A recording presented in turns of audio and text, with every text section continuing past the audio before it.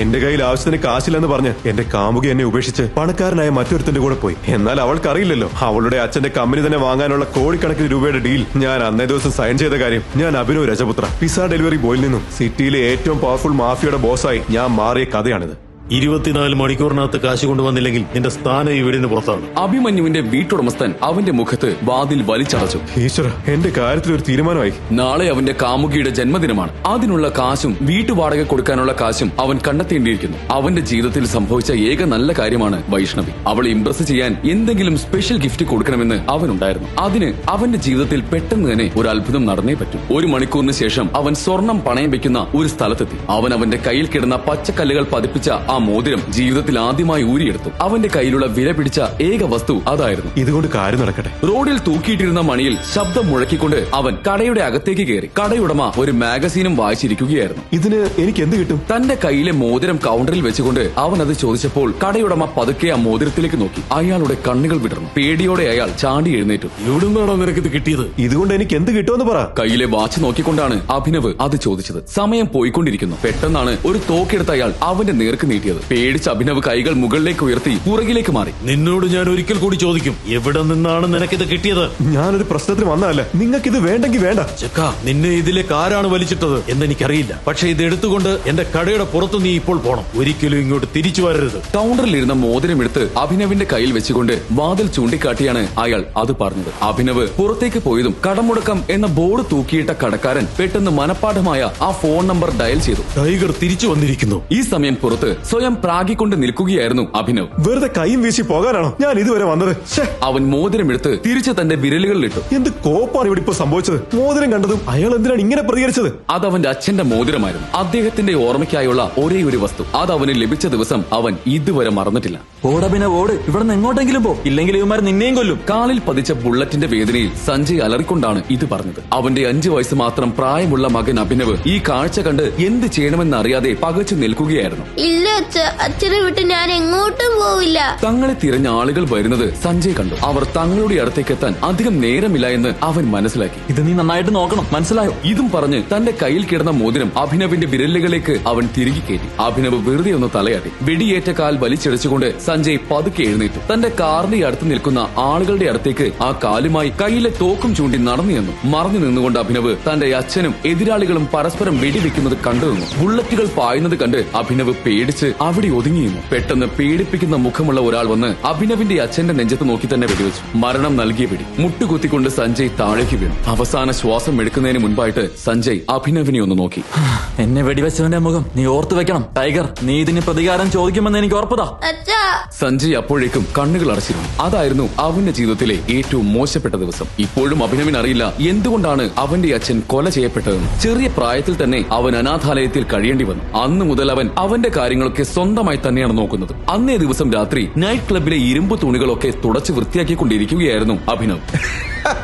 Hello, എന്തായി തൂപ്പുപണികളൊക്കെ? ആ ശബ്ദം കേട്ടതും മുഖത്തേക്ക് നോക്കാതെ തന്നെ അതാരാണെന്ന് അഭിനവ് തിരിച്ചറിഞ്ഞു. ദേവൻ, നഗരത്തിലെ ഏറ്റവും വലിയ പണക്കാരിലൊരാൾ. ക്ലബിലെ റെഗുലർ VIP ആയ ദേവൻ ഒരു ധിക്കാരിയും അഭിനവിന്റെ കാമുകി വൈഷ്ണവിയെ അത്രയ്ക്ക് മോഹിക്കുന്നവനുമായിരുന്നു. ദേവൻ ചിരിച്ചുകൊണ്ട് അവന്റെ അടുത്ത് വന്നതിന് ശേഷം തറ തുടക്കുകയായിരുന്ന അഭിനവിന്റെ മുൻപിൽ തന്റെ ഡ്രിങ്ക് മൊത്തത്തിൽ ഒഴിച്ചു. അയ്യോ, അവിടെയും കൂടി വൃത്തിയാക്കണം കേട്ടോ. തിരിച്ചൊന്നും പറയാതെ അവൻ വൃത്തിയാക്കാൻ തുടങ്ങി. അടുത്ത ടേബിളുകളിൽ ഇരുന്നവർ പൊട്ടിച്ചിരിക്കാൻ തുടങ്ങി. ദേവൻ ഈ സമയം അവന്റെ അടുത്തേക്ക് വന്നു. നിന്റെ സ്ഥാനത്ത് ഞാനായിരുന്നെങ്കിൽ എന്നെ പോയി തൂങ്ങി ചത്തേനെ. നിന്നെ പോലെ ആരുമല്ലാത്ത ഒരുത്തന്റെ കൂടെ ആ വൈഷ്ണവി വെറുതെ സമയം കളയുകയാണ്. അത് കേട്ടതും ചാടി എഴുന്നേറ്റ അഭിനവ് ദേവന്റെ കണ്ണുകളിൽ തന്നെ നോക്കി അവന്റെ മുഖാമുഖം നിന്നു. വേണമെങ്കിൽ അവന് ഒറ്റയടിക്ക് ദേവനെ വീഴ്ത്താം. പക്ഷെ ഈ ജോലി നഷ്ടപ്പെടുത്താൻ അവന് സാധിക്കുമായിരുന്നില്ല. അതുകൊണ്ട് തന്നെ കൂടുതലൊന്നും പറയാതെ അവൻ മിണ്ടാതെ നിന്നു. എന്താടാ, നിനക്കൊന്നും പറയണ്ടേ? എനിക്ക് തോന്നുന്നില്ല നീ മിണ്ടുമെന്ന്. ചിലർ ജനിക്കുന്നത് തന്നെ രാജാവായിട്ടായിരിക്കും. മറ്റു ചിലർ അവർ പോകുന്ന വഴികൾ വൃത്തിയാക്കാൻ വേണ്ടിയും ജനിക്കും. ചിലർ പറഞ്ഞത് ശരിയായിരുന്നു. ചിലർ ജനിക്കുന്നത് തന്നെ രാജാവായിട്ടാണ്. അഭിനവ് അത്തരത്തിലൊരു രാജാവാണ്. ദേവൻ ഇതുവരെ അതറിയില്ല എന്ന് മാത്രം. അടുത്ത ദിവസം വൈഷ്ണവിയുടെ അപ്പാർട്ട്മെന്റിൽ അഭിനവ് എത്തിയപ്പോൾ ഉച്ചത്തിൽ സംഗീതം അകത്തുനിന്ന് കേൾക്കുന്നുണ്ടായിരുന്നു. അത് കേട്ടപ്പോൾ അഭിനവിന്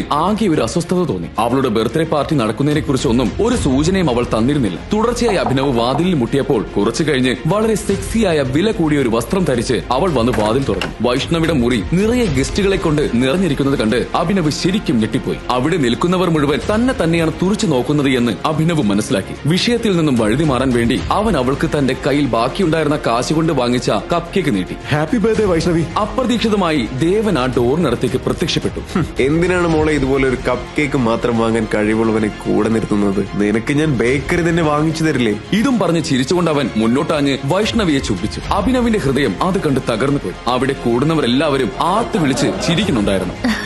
ഞാനും ദേവനും ഒരുമിക്കാൻ തീരുമാനിച്ചു. നമ്മൾ തമ്മിലുണ്ടായിരുന്നതെല്ലാം ഇവിടെ അവസാനിച്ചു. അഭിനവ്, നിനക്കല്ലേലും എന്നെ താങ്ങാൻ പറ്റില്ലല്ലോ. ദേവന്റെ കൈകളിൽ പിടിച്ചുകൊണ്ടാണ് വൈഷ്ണവി ഇത് പറഞ്ഞത്. ഇറങ്ങിപ്പോടാ മണ്ട. അഭിനവിനെ കളിയാക്കിക്കൊണ്ട് ഇത് പറഞ്ഞതിന് ശേഷം ദേവൻ അവന്റെ കയ്യിലിരുന്ന കപ്പ് കേക്ക് എടുത്ത് അവന്റെ തലയിൽ തന്നെ എറിഞ്ഞു. എന്നാൽ കൃത്യമായിട്ട് ഒഴിഞ്ഞു മാറിയ അഭിനവ് അത് പിടിച്ചെടുത്ത് തിരിച്ച് ദേവന്റെ മൂക്കിൽ തന്നെ ശക്തിയായി എറിഞ്ഞു. മൂക്ക് മുറിഞ്ഞ് ചോര തന്റെ വില കൂടിയ സൂട്ടിൽ വീണതും ദേവൻ ഞെട്ടിത്തെറിച്ചുപോയി. നീ ഇതിനെ കുറിച്ച് ആലോചിച്ച് പശ്ചാത്തപിക്കും. എന്നാൽ അഭിനവ് പുഞ്ചിരിച്ചുകൊണ്ട് അവിടെ ഇരുന്ന ഒരു മദ്യക്കുപ്പിയും എടുത്ത് വാതിലും വലിച്ചടച്ച് ഇറങ്ങിപ്പോയി. അവിടെയുള്ള ആർക്കും ആ നഗരത്തിലെ തന്നെ ഏറ്റവും പവർഫുള്ളായ വ്യക്തിയായി അഭിനവ് മാറിയത് അറിയില്ലായിരുന്നു. അടുത്ത ദിവസം കവളിൽ ശക്തമായ ഒരു അടി കൊണ്ടപ്പോഴാണ് അഭിനവ് ഉറക്കത്തിൽ നിന്നും എഴുന്നേറ്റത്. ആരാ നീ? എങ്ങനെയാ നീ എന്റെ മുറിയിലെത്തിയത്? നീ എന്നെ എന്തൊക്കെയാ ചെയ്തത്? ആ കാഴ്ച കണ്ട് അഭിനവ് ഞെട്ടിപ്പോയി. വസ്ത്രമൊന്നും ധരിക്കാതെ ഏതോ അജ്ഞാതയായ ഒരു പെൺകുട്ടിയുടെ അടുത്ത് താൻ കിടക്കുകയാണ്. അയ്യോ, എനിക്കൊരു പിടിയും കിട്ടുന്നില്ല. പെട്ടെന്ന് ഡോർ ചവിട്ടി തുറന്നുകൊണ്ട് ഹരിദേവൻ മേനോനും ആ പെൺകുട്ടിയുടെ സഹോദരൻ സൗരവും കടന്നു വന്നു.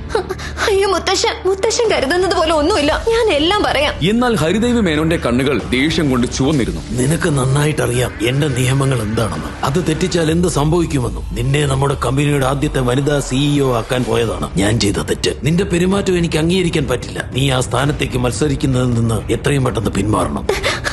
സത്യായിട്ടും എനിക്ക് ഒന്നും ഓർമ്മയില്ല മുത്തശ്ശ. എനിക്ക് ഒന്നും ഓർമ്മയില്ല. എക്സാക്ട്ലി. നിനക്കറിയാമായിരുന്നു നീ ചെയ്യാൻ പോകുന്നതിന് എന്തു വലിയ വില നൽകേണ്ടി വരുമെന്ന്. എന്നിട്ട് നീ അത് ചെയ്തു. നിനക്ക് മാപ്പ് തരാനാകില്ല. പക്ഷേ എന്താണ് മുത്തശ്ശ? പറഞ്ഞു, എന്താണെങ്കിലും ഞാൻ ചെയ്യാം. നീ ഇവനെ കല്യാണം കഴിക്കണം. അങ്ങനെയാണെങ്കിൽ നിന്റെ ഷെയറുകൾ നിന്റെ കയ്യിൽ തന്നെ ഉണ്ടാകും. നിനക്ക് സിഇഒ സ്ഥാനത്തേക്ക് മത്സരിക്കാം. അതാണ് ഒരേ ഒരു വഴി. അഭിനവിന് വിരൽ ചൂണ്ടിയാണ് ഹരിദേവ് മേനോൻ ഇത് പറഞ്ഞത്. അത് അനന്യയ്ക്ക് അംഗീകരിക്കാൻ പറ്റുന്നതായിരുന്നില്ല. ഈ വിഷയത്തിൽ എനിക്കൊന്നും പറയാൻ അവകാശമില്ലേ? ആരാണെന്നറിയാത്ത ഇവന്റെ കൂടെ ഇനിയുള്ള ജീവിതം ഞാൻ ജീവിക്കണമെന്നാണോ? നിനക്ക് എന്തും പറയാനുള്ള അവകാശമുണ്ട്. പക്ഷേ വാ തുറന്നാൽ പിന്നെ നിനക്ക് ഈ കമ്പനിയിൽ ഷെയറുകൾ കാണില്ല, സിഇഒ സ്ഥാനവും കാണില്ല. അത്രേ ഉള്ളൂ. അനന്യയുടെ സഹോദരൻ സൗരവ് പുഞ്ചിരിയോടെ ഇതൊക്കെ കണ്ടു നിൽക്കുന്നുണ്ടായിരുന്നു.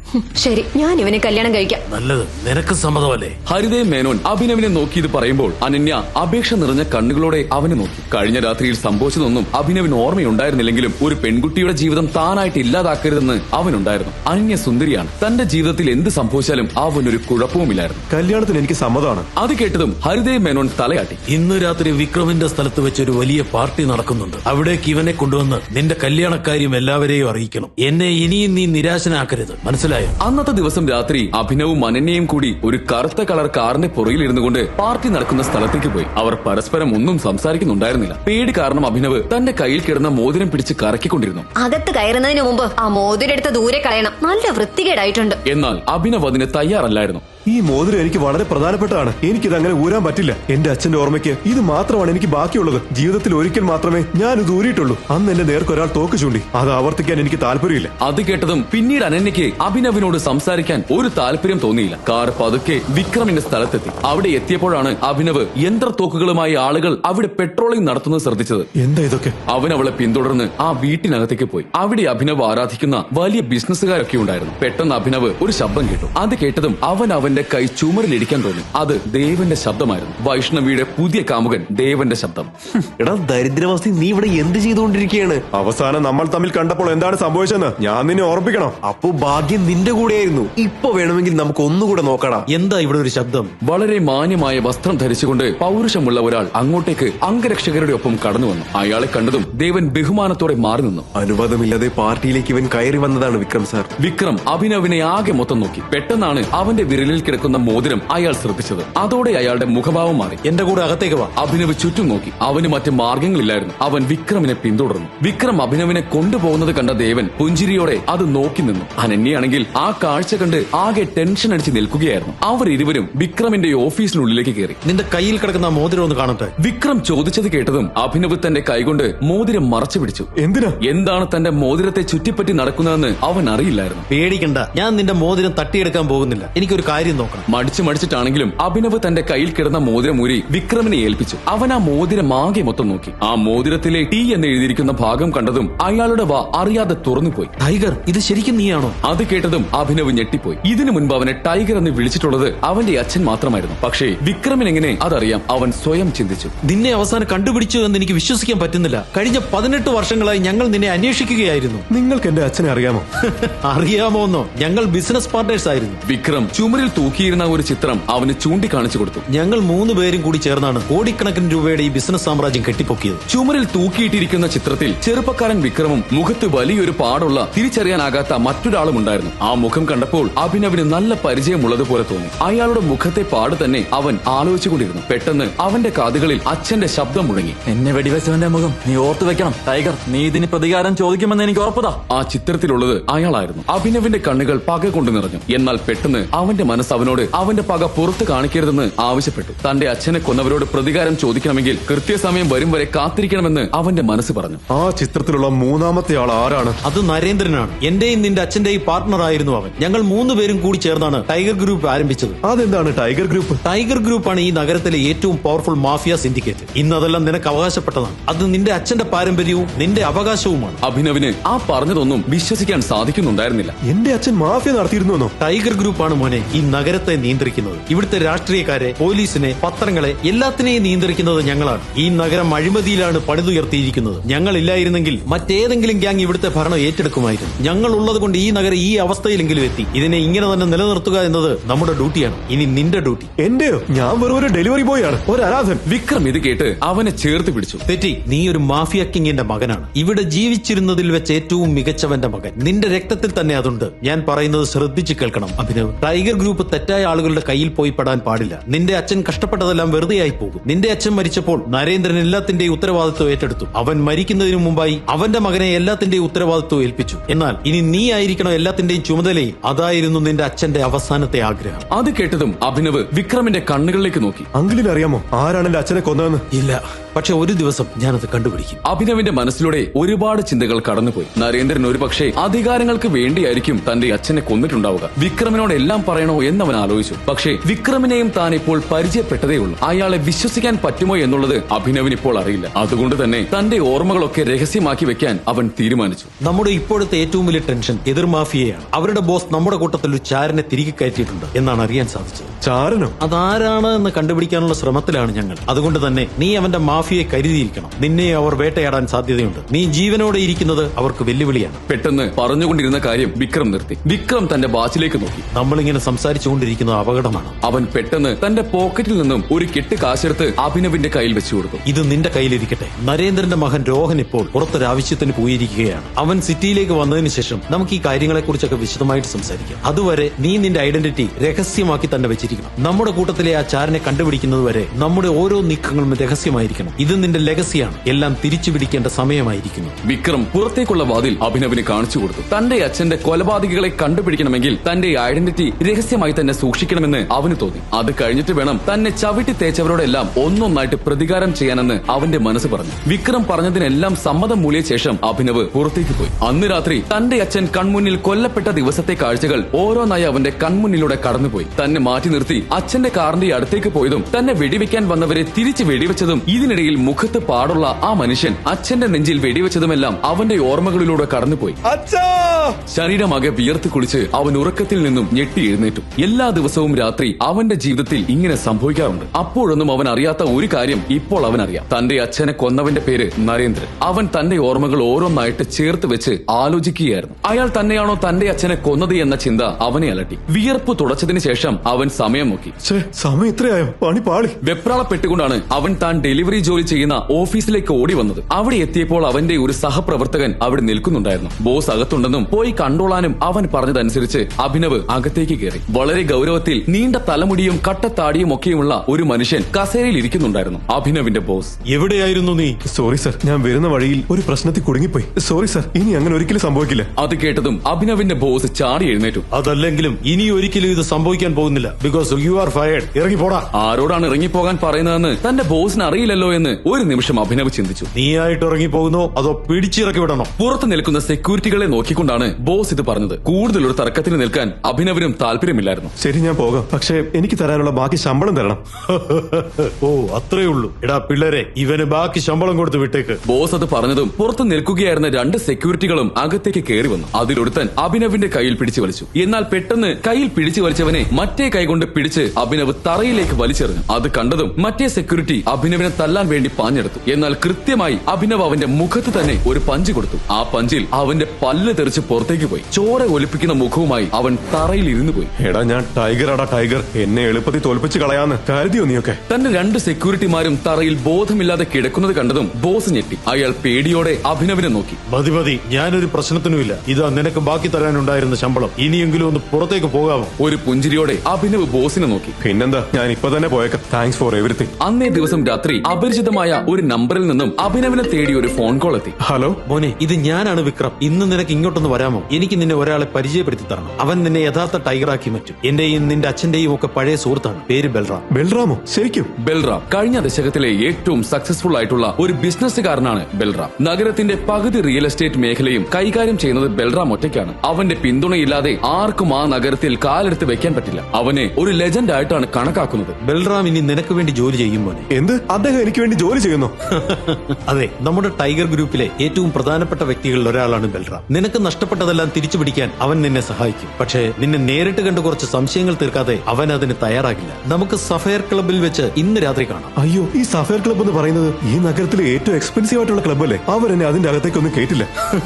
നീ എന്തൊക്കെ ഈ പറയുന്നത്? ആ ക്ലബ്ബ് എന്റേതാണ്. നിന്നെ ആരും അകത്തേക്ക് കയറ്റാതിരിക്കില്ല. നീ ഇപ്പോൾ ടൈഗറാണ്, ഇവിടുത്തെ ഏറ്റവും പവർഫുൾ ആയിട്ടുള്ള വ്യക്തി. പക്ഷേ ഞാനിപ്പോഴും ബോസ് ആയിട്ടില്ലല്ലോ. ഒഫീഷ്യലി അല്ലായിരിക്കാം, പക്ഷെ ബൽറാം നിന്നെ വിശ്വസിച്ചു കഴിഞ്ഞാൽ നിനക്ക് നഷ്ടപ്പെട്ടതെല്ലാം തിരിച്ചു പിടിച്ച് ടൈഗർ ഗ്രൂപ്പിന്റെ തലപ്പത്തേക്ക് നീ എളുപ്പത്തിലെത്തും. മനസ്സിലായോ? മനസ്സിലായി, ഞാൻ അവിടെ എത്തിയേക്കാം. മനസ്സിൽ ഒരുപാട് ആശങ്കകൾ കടന്നു പോകുന്നുണ്ടായിരുന്നുവെങ്കിലും രണ്ടും കൽപ്പിച്ച് അവൻ ഒരു ക്യാബ് പിടിച്ച് സഫയർ ക്ലബിലേക്ക് ചെന്നു. ഡോറിന്റെ അടുത്തേക്ക് അവൻ പതുക്കെ നടന്നു ചെന്നതും ഒരു ബൗൺസർ വന്ന് അവന്റെ തോളിൽ പിടിച്ചു വലിച്ചു. എങ്ങോട്ടാണ് ചോദിക്കാതെ കയറി പോകുന്നത്? ഇന്നിവിടെ ഒരു പ്രൈവറ്റ് ഇവന്റ് നടക്കുകയാണ്. വെറുതെ അങ്ങ് കയറി പോകാൻ പറ്റില്ല, പ്രത്യേകിച്ച് നിന്നെ പോലുള്ളവന്മാർക്ക്. കളിയാക്കിക്കൊണ്ടാണ് അവൻ അത് പറഞ്ഞത്. 6 അടിക്ക് മുകളിൽ ഉയരമുള്ള അവന്റെ ഭീമാകാരമായ ശരീരം അഭിനവ് നോക്കി നിന്നു. ഞാൻ ഇവിടെ ഒരാളെ കാണാൻ വന്നതാണ്. വിക്രം എന്നാണ് അദ്ദേഹത്തിന്റെ പേര്. അദ്ദേഹമാണ് ഇതിന്റെ ഉടമസ്ഥൻ.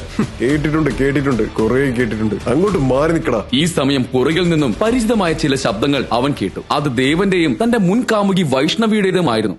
ആരാ അതെന്ന് നോക്കിയ വൈഷ്ണവി? നിന്റെ ദുരന്തം പിടിച്ച കാമുകൻ. മിണ്ടാതിരിക്കും ദേവ. ഇവൻ എന്റെ ബോയ് ഫ്രണ്ടും അല്ല, എക്സ് ബോയ് ഫ്രണ്ടും അല്ല. പാവം തോന്നി 1-2 തവണ ഇവന്റെ കൂടെ പുറത്തു പോയിട്ടുണ്ടെന്നേ ഉള്ളൂ. വളരെ വില കൂടിയ വസ്ത്രങ്ങൾ ധരിച്ചുകൊണ്ടാണ് ദേവനും വൈഷ്ണവിയും സഫയർ ക്ലബിന്റെ ഡോറിന്റെ മുന്നിലേക്ക് വന്നു നിന്നത്. ശരീരത്തിന്റെ വടിവുകൾ മുഴുവൻ വ്യക്തമാക്കുന്ന തരത്തിലുള്ള ഒരു വസ്ത്രമാണ് വൈഷ്ണവി ധരിച്ചിരുന്നത്. ദേവനാകട്ടെ അതിമനോഹരമായ വസ്ത്രവും ഒരു ഗോൾഡ് ചെയിനും ധരിച്ചിരുന്നു. അവർ അടുത്തേക്ക് വരുന്തോറും അഭിനവിന്റെ കൈ തരിച്ചു വരുന്നുണ്ടായിരുന്നു. എടാ ദേവ, നിന്നെ പോലെ അത്രയ്ക്ക് ദുരന്തം പിടിച്ച് ഒരുത്തരൊന്നും അല്ല ഞാൻ. അയ്യോ, ആണോടാ കൂട്ടാ? ഞാനാണോ ദുരന്തം പിടിച്ചവൻ? ഇതാരാ പറയുന്നത്? ക്ലബിന്റെ അകത്തേക്ക് പോലും കയറാൻ യോഗ്യതയില്ലാത്തവൻ.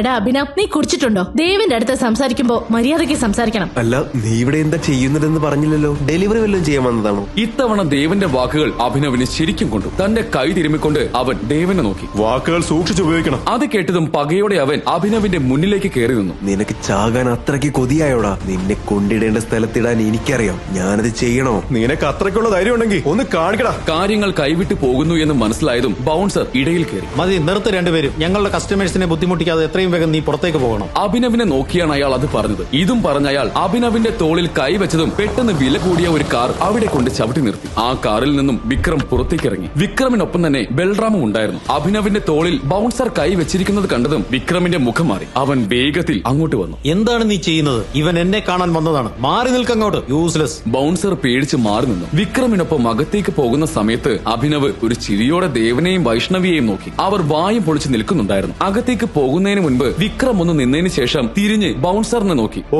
ഒരു കാര്യം പറയാൻ വിട്ടുപോയി. നാളെ മുതൽ നീ ജോലിക്ക് വരണ്ട. അത് കേട്ടതും ആ ബൗൺസർ തലയിൽ കൈവച്ചു. ഈ സമയം വിക്രമും അഭിനവും ബൽറാമിനൊപ്പം ക്ലബിന്റെ അകത്തേക്ക് കയറി. 100 കണക്കിന് ആളുകൾ ക്ലബിനുള്ളിൽ നിറഞ്ഞു കഴിഞ്ഞിരുന്നു. ആ മനോഹരമായ സ്ഥലം കണ്ട് അത്ഭുതപ്പെട്ട അഭിനവ് ചുറ്റും നോക്കി നിന്നു. ഡാൻസ് ഫ്ലോറിൽ നിന്നുള്ള സംഗീതം അവിടെയാകെ പടർന്നു കഴിഞ്ഞിരുന്നു. വിക്രം അഭിനവിനെയും ബൽറാമിനെയും കൊണ്ട് സ്വകാര്യമായ ഒരു സ്ഥലത്തേക്ക് മാറിയിരുന്നു. അവിടെ ഇരുന്നാൽ ക്ലബിലെ മുഴുവൻ കാഴ്ചയും കാണാമായിരുന്നു. വിക്രം ഒന്ന് വിരൽ ഞൊടിച്ചതും വെയിറ്റർ അങ്ങോട്ടേക്ക് പാഞ്ഞെത്തി. ഏറ്റവും വില കൂടിയ ഷാമ്പയിൻ തന്നെ വിക്രം കൊണ്ടുവരാൻ പറഞ്ഞു. അത് കേട്ടതും ഇപ്പോൾ കൊണ്ടുവരാമെന്ന് പറഞ്ഞ് അയാൾ പോയി. സെക്കൻഡുകൾക്കുള്ളിൽ അവർ പറഞ്ഞ കുപ്പി അവരുടെ മുന്നിലെത്തി. അതിൽ സൈഫർ ക്ലബിന്റെ ലോഗോ പതിപ്പിച്ചിട്ടുണ്ടായിരുന്നു. എല്ലാവർക്കും ഗ്ലാസിലേക്ക് ഷാമ്പയിൻ പകർന്നു നൽകിയതിനു ശേഷം വെയിറ്റർ അവിടെ നിന്നും പോയി. ഗ്ലാസ് ഉയർത്തി വിക്രം അഭിനവിന് നേർക്ക് തിരിഞ്ഞു. ഇനി നിന്റെ സമയമാണ്, തുടങ്ങിക്കോ. ബഹുമാനത്തോടെ അഭിനവ് ബൽറാമിനെ നേർക്ക് നോക്കി. ബൽറാം സർ, താങ്കളെ നേരിട്ട് കാണാൻ സാധിച്ചതിൽ എനിക്ക് ഒരുപാട് സന്തോഷമുണ്ട്. എന്റെ പേര് അഭിനവ് രജപുത്ര, ഞാനാണ് ടൈഗർ. എന്നാൽ പുച്ഛത്തോടെയാണ് ബൽറാം അവനെ നോക്കിയത്. നീയാണോ സഞ്ജയുടെ മകൻ? എനിക്കത്ര വിശ്വാസം തോന്നുന്നില്ല. ബൽറാം, വിശ്വസിക്കണം. ഇനി കാര്യങ്ങളൊക്കെ പഴയതുപോലെ ആകണം. അവന്റെ അച്ഛന്റെ പാരമ്പര്യം അഭിനവ് മുന്നോട്ട് കൊണ്ടുപോകും. പക്ഷെ നമ്മുടെ സഹായം വേണം. എന്നാൽ അതിന് മറുപടിയായി ബൽറാം ഒന്ന് പൊട്ടിച്ചിരിക്കുകയാണ് ചെയ്തത്. വിക്രമിനും അഭിനവിനും കാര്യം മനസ്സിലായില്ല. സോറി, അറിയാതെ ചിരിച്ചു പോയതാണ്. ഒരു ഗ്ലാസ് ഷാമ്പയിൻ കുടിച്ചതിന് ശേഷം അവൻ അഭിനവിനെ നോക്കി. നീ എന്താ കരുതിയത്? ടൈഗർ ആണെന്ന് പറഞ്ഞ് വെറുതെ ഇങ്ങോട്ട് വന്ന് കയറിയാൽ ഞങ്ങൾ എല്ലാം എടുത്ത് നിനക്കങ്ങ് തരുമെന്നോ? ഇപ്പൊ തരാം. ബൽറാം, അവന്റെ കയ്യിൽ ആ മോതിരമുണ്ട്. ബൽറാം അവന്റെ കയ്യിലേക്ക് നോക്കി. കയ്യിൽ മോതിരം കിടക്കുന്നു എന്ന് കരുതി കാര്യമില്ല. നീ പറയുന്നത് പോലെ ടൈഗർ ആണ് നീയെങ്കിൽ അത് തെളിയിക്കേണ്ട നിന്റെ ഉത്തരവാദിത്തമാണ്. എന്നാൽ എങ്ങനെയാണ് തന്റെ ഐഡന്റിറ്റി തെളിയിക്കേണ്ടതെന്ന് അഭിനവിന് അറിയില്ലായിരുന്നു. എന്താണ് സാറിന്റെ മനസ്സിലുള്ളത്? ഞാൻ എന്താണ് ചെയ്യേണ്ടത്? അതിന് മറുപടിയായി ബൽറാം ഒന്ന് ചിരിക്കുകയാണ് ചെയ്തത്. ഒരു കാര്യം ചെയ്യാം, നമുക്ക് പരസ്പരം റിംഗിലൊന്ന് ഏറ്റുമുട്ടാം. ആയുധങ്ങളില്ല, ഒന്നുമില്ല, ഒള്ളി ഫയർ ഫൈറ്റ്. നീ വിജയിച്ചാൽ ടൈഗർ ഗ്രൂപ്പ് തിരിച്ചു പിടിക്കാൻ നിന്നെ ഞാൻ സഹായിക്കും. തോറ്റാൽ ഇവിടം വിട്ട് ഓടിപ്പൊക്കണം. സമ്മതമാണോ? ബൽറാമിനെ പോലെ ഒരാളെ തന്റെ ഐഡന്റിറ്റി തെളിയിക്കുന്നതിന് വേണ്ടി മത്സരിച്ച് തോൽപ്പിക്കുന്നതിനെ കുറിച്ച് അഭിനവ് ചിന്തിച്ചിട്ട് പോലുമില്ലായിരുന്നു. ഇതെന്തെങ്കിലും റിവേഴ്സ് സൈക്കോളജിയുടെ ഭാഗമാണോ എന്ന് അവൻ ചിന്തിച്ചു. എന്താണ് ശരിയായ തീരുമാനമെന്ന് അപ്പോൾ അഭിനവിന് ചിന്തിക്കാൻ പറ്റുന്നുണ്ടായിരുന്നില്ല. ഞാൻ ഈ ചലഞ്ച് ഏറ്റെടുത്തില്ലെങ്കിൽ ഇദ്ദേഹം ഒരിക്കലും എന്നെ അംഗീകരിക്കാൻ പോകുന്നില്ല. പരസ്പരം ഒരു പോരാട്ടമാണ് അദ്ദേഹം ആഗ്രഹിക്കുന്നെങ്കിൽ എന്റെ ബെസ്റ്റ് തന്നെ ഞാൻ കൊടുത്തിരിക്കും. അഭിനവ് ഇരുന്ന സ്ഥലത്ത് നിന്നും ചാടി എഴുന്നേറ്റു. ഞാൻ തയ്യാറാണ്.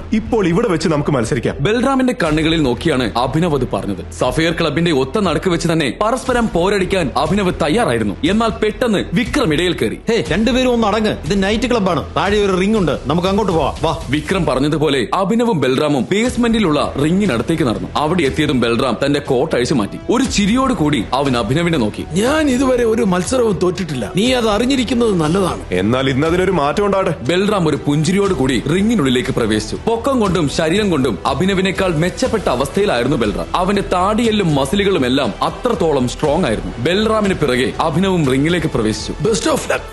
താങ്ക്സ്. പക്ഷേ എനിക്ക് ലക്കിന്റെ ആവശ്യമില്ല. വിഖ്യാതനായ ബൽറാമിനെ റിംഗിനുള്ളിൽ ഇടിച്ചു തോൽപ്പിച്ച ചരിത്രം എഴുതുക എന്ന ലക്ഷ്യമായിരുന്നു അഭിനവിനുണ്ടായിരുന്നത്. തന്റെ അച്ഛന് വേണ്ടി അവൻ അതിന് തയ്യാറായി. ഒരു നിമിഷം പോലും പാഴാക്കാതെ ബൽറാം അഭിനവിന് നേർക്ക് കുതിച്ചു. ബൽറാമിന്റെ ആദ്യത്തെ പഞ്ചിൽ നിന്നും തന്നെ മുടിനാടിരയ്ക്ക് അഭിനവ് രക്ഷപ്പെട്ടു. അടുത്തതായി ബൽറാമിന്റെ ഭാഗത്തു നിന്നുണ്ടായ ഒരു പ്രോപ്പർ കിക്കിൽ നിന്നും പുറകിലേക്ക് വളഞ്ഞ് അഭി രക്ഷപ്പെട്ടു.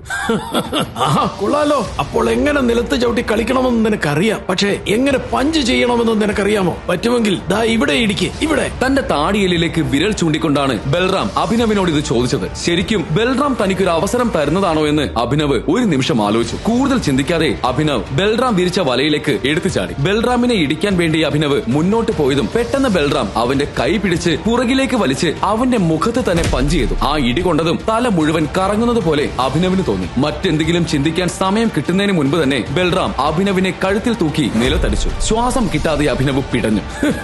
റൂൾ നമ്പർ 1, എതിരാളിയെ ഒരു സാഹചര്യത്തിലും വിശ്വസിക്കരുത്. ശ്വാസം കിട്ടാതെ അഭിനവ് ബൽറാമിന്റെ മുഖത്തൊക്കെ പിടിച്ച് വലിക്കാൻ തുടങ്ങി. എന്നാൽ ബൽറാം പിടി കൂടുതൽ ടൈറ്റ് ആക്കിയതേയുള്ളൂ. അഭിനവിന്റെ ശക്തി പതുക്കെ ചോർന്നൊലിക്കാൻ തുടങ്ങി. അവന് കാഴ്ച മങ്ങും പോലെ തോന്നി. പെട്ടെന്ന് അവന്റെ അച്ഛന്റെ ശബ്ദം അവന്റെ കാതുകളിൽ മുഴങ്ങി. നീ അവനോട് പ്രതികാരം ചെയ്യുമെന്ന് എനിക്ക് ഉറപ്പുതാ മോനെ, എനിക്ക് ഉറപ്പുതാ. പെട്ടെന്ന് അഭിനവ് കണ്ണുകൾ തുറന്നു. ഈ സമയം അഭിനവിനെ തീർക്കാനുള്ള മൂവിന് തയ്യാറെടുക്കുകയായിരുന്നു ബൽറാം. നീ തീർന്നടാ, നീ തീർന്നു. എന്നാൽ കാര്യങ്ങൾ അത്ര എളുപ്പമായിരുന്നില്ല. തന്നിൽ അവശേഷിച്ചിരുന്ന അവസാനത്തെ എനർജിയും സംഭരിച്ചുകൊണ്ട് അവൻ ആ നിമിഷത്തിന് വേണ്ടി തയ്യാറെടുത്തു. ഒന്നുകിൽ താൻ, അല്ലെങ്കിൽ ബൽറാം. ആ ഒരു അവസ്ഥയിൽ അവൻ ആ നീക്കം നടത്തി. ബൽറാം തനിക്ക് മേൽ ചെലുത്തിയിരുന്ന ഭാരം ചെറുതായിട്ടൊന്ന് കുറച്ചതും ആ അവസരം മുതലെടുത്തുകൊണ്ട് അഭിനവ് ശക്തിയായി കറങ്ങി. അതോടുകൂടി ബൽറാമിന്റെ ബാലൻസ് തെറ്റി. ഈ അവസരം കൊണ്ട് ബൽറാമിന്റെ നെഞ്ചിന് മുകളിൽ കയറിയ അഭിനവ് അവന്റെ നെഞ്ചിൽ കൂടി തന്നെ ഇടിച്ചു. ശ്വാസം കിട്ടാതെ ബൽറാം പിടഞ്ഞു.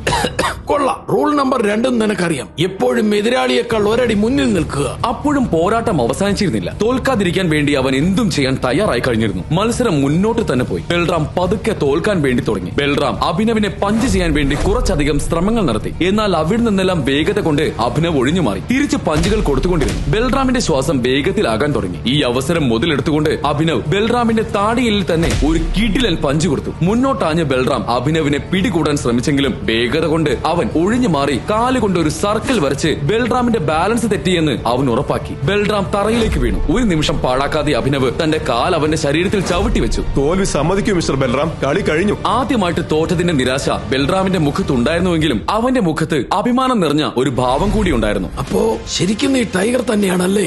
ലെജൻഡായ ബൽറാമിനെ താൻ തോൽപ്പിച്ചു എന്ന് അഭിനവിന് വിശ്വസിക്കാൻ പോലും പറ്റുന്നുണ്ടായിരുന്നില്ല. രണ്ടുപേരും കൈകൊടുത്തു. വിക്രം കൈയടിച്ച് സന്തോഷം പങ്കുവച്ചു. അപ്പോൾ എല്ലാം ക്ലിയർ ആയല്ലോ അഭിനവ്. നാളെ നീ എന്റെ ഓഫീസിലേക്ക് വരണം. നിന്റെ പഴയ ജോലി പോയത് ഞാൻ അറിഞ്ഞു. അത് കേട്ട് അഭിനവ് ഞെട്ടി. അതെങ്ങനെ അറിഞ്ഞു?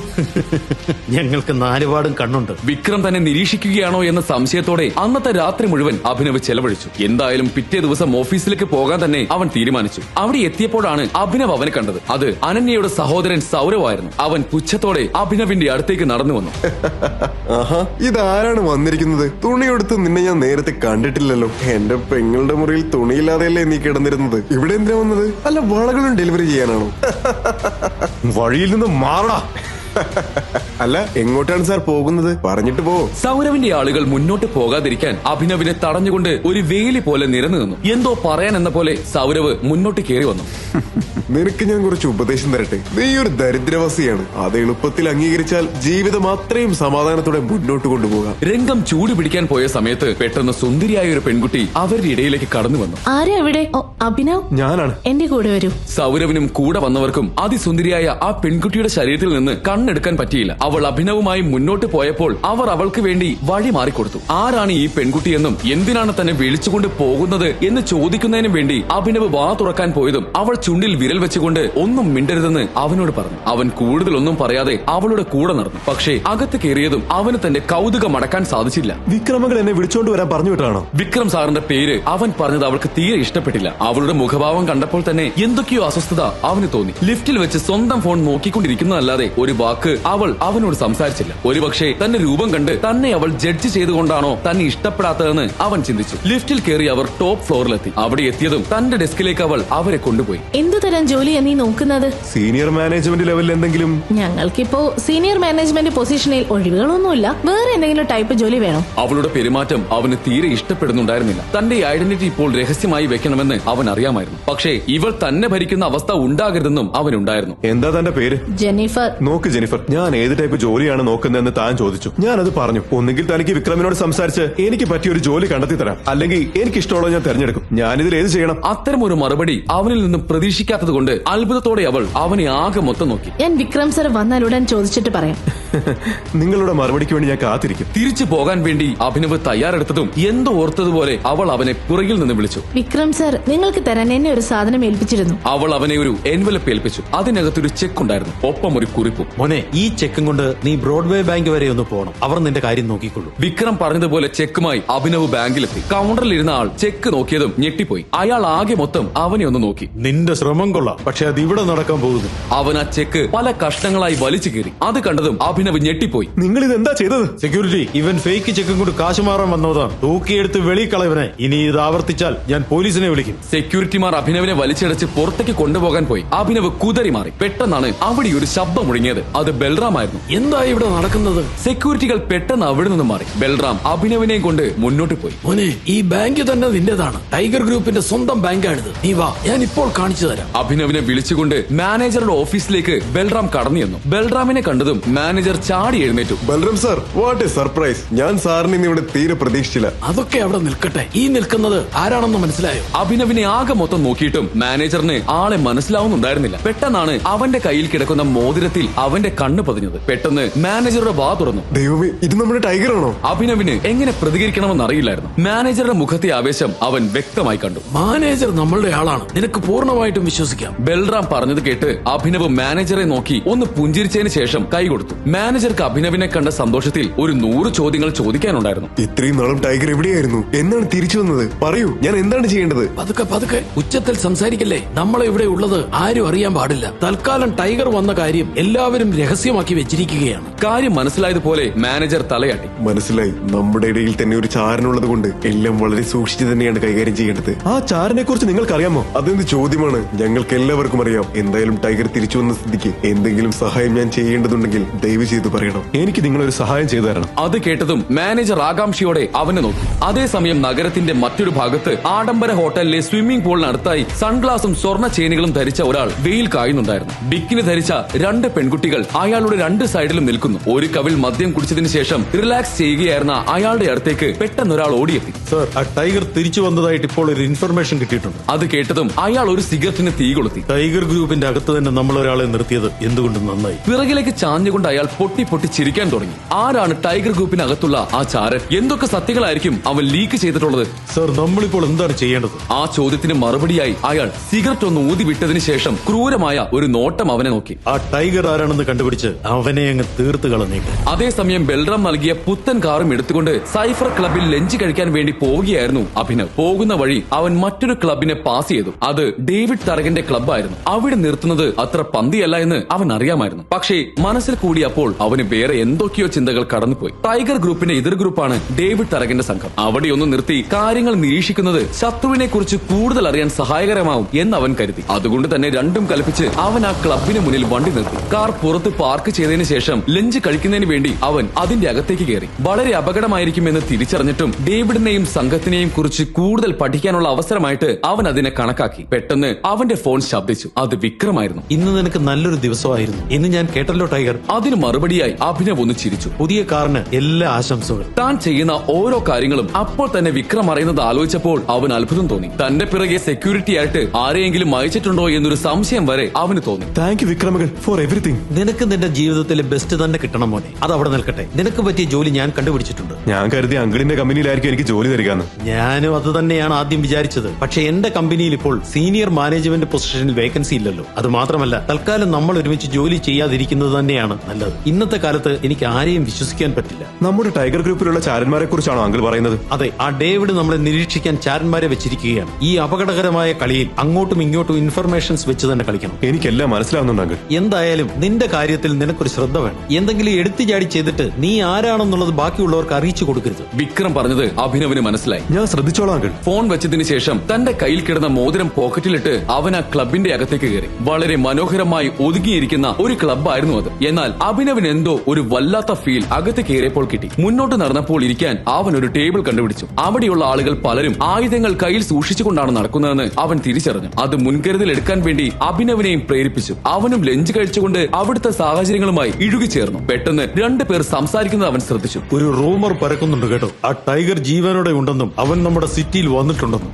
അതിപ്പോ സത്യമാണെങ്കിലും ശരി, അവനെ കൊണ്ട് നമ്മുടെ ഡേവിഡ് ടൈഗറെ ഒന്നും ചെയ്യാൻ പറ്റില്ല. തല നീട്ടിവെച്ച അഭിനവ് ഈ സംസാരം മുഴുവൻ ശ്രദ്ധിക്കുന്നുണ്ടായിരുന്നു. ഇടോ, നമുക്ക് പോയി അവനെ കണ്ടുപിടിച്ചാലോ? വാടച്ച് മിണ്ടാതെ നിൽക്ക്. നമ്മളൊന്നും ചെയ്യുന്നില്ല. ആ ടൈഗർ വന്നാലും ഇവിടെ ഒന്നും സംഭവിക്കില്ല. ഡേവിഡ് ടൈഗർ അവനൊരു ഇരയേ അല്ല. അല്ല, ഞാൻ പറഞ്ഞു വന്നത് വേറൊന്നുമല്ല. ആ ടൈഗറിനും അവന്റെ ആളുകൾക്കും ഇവിടെ കുറച്ച് സീരിയസ് ബിസിനസ് ഉണ്ട്. അവൻ ശരിക്കും തിരിച്ചു വന്നിട്ടുണ്ടെങ്കിൽ നമ്മൾ എന്തെങ്കിലും. മച്ചാന്, നിന്റെ സ്ഥാനത്ത് ഞാനായിരുന്നെങ്കിൽ വാടച്ചിരുന്നേനെ. നിന്റെ പറച്ചിൽ കേട്ടാൽ ആ ടൈഗർ നമ്മുടെ ഡേവിഡ് ടൈഗറിനേക്കാൾ വലിയവനാണെന്ന് തോന്നുമല്ലോ. അല്ല, ഇനി ചിലപ്പോ. മതി, എത്രയും വേഗം ഇവിടുന്ന് പുറത്തു പോകണം. നീ സംസാരിക്കുന്നത് ആരെങ്കിലും കേട്ടാൽ നമ്മുടെ കാര്യത്തിലൊരു തീരുമാനമാകും. ഒരു വാക്ക് പോലും അധികം പറയാതെ 2 പേരും എഴുന്നേറ്റ് പെട്ടെന്ന് ക്ലബിൽ നിന്നും പുറത്തേക്ക് പോയി. അതൊക്കെ കൗതുകത്തോടെ നോക്കി നിൽക്കുകയായിരുന്നു അഭിനവ്. അപ്പോഴാണ് അവിടെ ഒരു കോർണറിൽ ഇരിക്കുന്ന ഒരു മനുഷ്യനെ അഭിനവ് ശ്രദ്ധിച്ചത്. കറുത്ത നിറത്തിലുള്ള ഒരു കോട്ടൊക്കെ ധരിച്ച് തന്റെ ടേബിളിന്റെ അപ്പുറത്ത് ഇത്രയും നേരം സംസാരിച്ചു കൊണ്ടിരുന്ന 2 പേരും പോകുന്നത് അയാൾ നോക്കി നിൽക്കുന്നുണ്ടായിരുന്നു. അയാൾ താൻ കഴിച്ചതിന്റെ ബില്ലിനുള്ള കാശ് ടേബിളിൽ വെച്ചതിന് ശേഷം ശബ്ദമുണ്ടാക്കാതെ ആ 2 പേരെയും പിന്തുടർന്ന് പുറത്തേക്ക് പോയി. പോകുന്ന സമയത്ത് തന്റെ കോട്ടിന്റെ അകത്തു നിന്നും അയാൾ ഒരു തോക്കെടുക്കുന്നത് അവൻ ശ്രദ്ധിച്ചു. അയാളെ പിന്തുടരാൻ അഭിനവ് തീരുമാനിച്ചതും പെട്ടെന്ന് പൊക്കമുള്ള ഒരു മനുഷ്യൻ സിഗരറ്റും വലിച്ചുകൊണ്ട് ആ ക്ലബിന്റെ അകത്തേക്ക് കയറി വന്നു. എല്ലാവരും പേടിച്ചനങ്ങാതെ നിന്നു. വിലയേറിയ ഒരു സ്യൂട്ടാണ് അയാൾ ധരിച്ചിരുന്നത്. അയാൾ വരുന്നതിനനുസരിച്ച് അതിഥികൾ വഴി മാറിക്കൊടുത്തു. അധികാരത്തിന്റെ പീക്കിൽ നിൽക്കുന്ന ഒരാളാണ് അയാളെന്ന് അഭിനവിന് മനസ്സിലായി. അയാൾ നടന്നു പോകുമ്പോൾ ചിലർ തല കുനിച്ച് വണങ്ങുന്നുണ്ടായിരുന്നു. അപ്പോഴാണ് അഭിനവ് അത് ആരാണ് എന്ന് തിരിച്ചറിഞ്ഞത്. ഡേവിഡ് തരകൻ, തന്റെ ശത്രു. ഇവൻ ആരാണെന്ന് കണ്ടെത്താനും അത് നടന്നില്ലെങ്കിൽ ചാകാനും തയ്യാറായി തന്നെ അഭിനവ് എഴുന്നേറ്റു. ഡേവിഡ് തരകൻ ക്ലബിന്റെ പിൻഭാഗത്തേക്ക് മറ്റുള്ളവരുമായിട്ട് എന്തൊക്കെയോ സംസാരിച്ചുകൊണ്ട് നടന്നുപോയി. അവരുടെ പുറകെ പോയാൽ അവർ സംസാരിക്കുന്നത് എന്താണെന്ന് അറിയാൻ പറ്റുമെന്ന് അഭിനവ് മനസ്സിലാക്കി. ആരും ശ്രദ്ധിക്കാതെ അഭിനവും അവരുടെ പുറകെ പോകാൻ തുടങ്ങി. ഡേവിഡിന്റെ അടുത്ത് വരെ അവൻ എത്തിയെങ്കിലും അവർ സംസാരിക്കുന്നതൊന്നും അവന് കേൾക്കാൻ പറ്റുന്നുണ്ടായിരുന്നില്ല. പെട്ടെന്നൊരു പെൺകുട്ടിയുടെ ഹൈ ഹീൽസിന്റെ ശബ്ദം അവിടെ ആകെ മുഴങ്ങാൻ തുടങ്ങി. അതിമനോഹരമായ വസ്ത്രങ്ങൾ ധരിച്ച ഒരു പെൺകുട്ടി തരകന്റെ നേർക്ക് നടന്നു വന്നു. ആഹാ, വന്നല്ലോ. ഡേവിഡ് ആ പെൺകുട്ടിയുടെ കവിളിൽ ഒന്ന് ചുംബിച്ചു. അപ്പോഴാണ് ആ പെൺകുട്ടി പെൺകുട്ടിയുടെ മുഖം അഭിനവ് ശരിക്കും കണ്ടത് അവൻ ആകെ ഞെട്ടിപ്പോയി. ദൈവമേ, ഇത് ജെനിഫർ അല്ലേ, വിക്രമിന്റെ സെക്രട്ടറി? ഇവൾ ഇവിടെ എന്താണ് ചെയ്യുന്നത്? ഇനി വിക്രം തന്നെ അവളെ ഇങ്ങോട്ടേക്ക് അയച്ചതായിരിക്കുമോ, അതോ വിക്രം അറിയാതെ ഇവൾ എന്തെങ്കിലും പ്ലാൻ ചെയ്യുന്നുണ്ടോ? ആകെ കൺഫ്യൂഷനിൽ അഭിനവ് നിൽക്കുന്ന സമയത്ത് ഡേവിഡ് അവളുടെ ഇടുപ്പിൽ തന്റെ കൈ ചുറ്റി അവളുമായി പുറകിലെ ഒരു മുറിയിലേക്ക് പോയി. തരകന്റെ ആളുകളും ആ മുറിയിലേക്ക് കയറി. ഇത്രയും ദൂരം കഷ്ടപ്പെട്ട് വന്നിട്ടും പാതി വഴിയിൽ അത് അവസാനിപ്പിച്ചിട്ട് പോകാൻ അഭിനവിന് തോന്നിയില്ല. രണ്ടും കൽപ്പിച്ച് അവരെ പിന്തുടരാൻ തന്നെ അവൻ തീരുമാനിച്ചു. സോറി വിക്രം അങ്കിൾ, എനിക്ക് മറ്റു വഴികളില്ലാതെ പോയി. നിഴലുകൾക്കുള്ളിൽ മറഞ്ഞുകൊണ്ട് അവൻ മുന്നോട്ട് പോയി. അവര് കാണാതെ അവൻ അവരെ പിന്തുടരുന്നുണ്ടായിരുന്നു. അവർ നടന്ന് മറ്റൊരു മുറിയിലേക്ക് കയറി ചെന്നു. ആ ഡോറിന്റെ വിടവിലൂടെ അവൻ അകത്തേക്ക് ഒളിഞ്ഞു നോക്കി. ആ കാഴ്ച കണ്ട് അവന്റെ ഹൃദയം തുടിക്കാൻ തുടങ്ങി. ഇല്ല, ഇത് ഒരിക്കലും സംഭവിക്കാൻ സാധ്യതയില്ല. അയാൾ മരിച്ചോന്നല്ലേ വിക്രങ്ങൾ പറഞ്ഞത്? പക്ഷേ എത്ര ദൂരത്ത് നിന്നാലും അവൻ അയാളുടെ മുഖത്തെ ആ പാട് തിരിച്ചറിയാൻ പറ്റുമായിരുന്നു. ഡേവിഡ് തരകനുമായി സംസാരിച്ചുകൊണ്ട് നിന്ന ആ മനുഷ്യൻ മറ്റാരുമായിരുന്നില്ല, അത് നരേന്ദ്രനായിരുന്നു. അപ്പോൾ വിക്രങ്ങൾ ഇയാൾ മരിച്ചു എന്ന് എന്നോട് പറഞ്ഞത്? ദേഷ്യവും ചതിയുമെല്ലാം അഭിനവിന് അവന്റെ ഞരമ്പുകളിൽ ഫീൽ ചെയ്യാൻ തുടങ്ങി. തന്റെ അച്ഛനെ കൊന്നവനെ പകയോട് കൂടി അവൻ നോക്കി. നിന്നെ ഞാൻ എന്റെ വെറും കൈകൊണ്ട് കൊല്ലൂടാ. എന്നാൽ അടുത്ത നിമിഷം ഒരു തോക്ക് അവന്റെ ചെവിയോട് ആരോ ചേർത്ത് വെച്ചു. തന്റെ മരണം അടുത്തുവെന്ന് അഭിനവ് ആ നിമിഷം തിരിച്ചറിഞ്ഞു. ടൈഗർ ഗ്രൂപ്പിനകത്തുള്ള ആ ചാര ജെനിഫർ തന്നെയായിരുന്നു, അതോ അവൾ വിക്രമിന്റെ പദ്ധതിയുടെ ഭാഗമാണോ? അഭിനവിന് വിക്രമിനെ വിശ്വസിക്കാനാകുമോ, അതോ തന്റെ അച്ഛന് സംഭവിച്ചത് തന്നെ അയാൾ കാരണം അവന് സംഭവിക്കുമോ? അഭിനവ് ആരാണ് എന്ന സത്യം ലോകം അറിയുന്നതിന് മുൻപ് തന്നെ ടൈഗർ ഗ്രൂപ്പിലുള്ള ആ ചാറിനെ അവൻ കണ്ടെത്തുമോ? ഈ ചോദ്യങ്ങളുടെ എല്ലാം ഉത്തരം അറിയുന്നതിനായി പോക്കറ്റ് എഫ് ഓഡിയോ സീരീസ് ആയ ദി റിട്ടേൺ ഓഫ് ടൈഗർ, ആവേശകരവും രസകരവുമായ കൂടുതൽ കഥകൾ അറിയാനായി ഉടൻ തന്നെ പോക്കറ്റ് എഫ് ആപ്പ് ഡൗൺലോഡ് ചെയ്യുക. അതും തികച്ചും സൗജന്യമായി. Download the app now.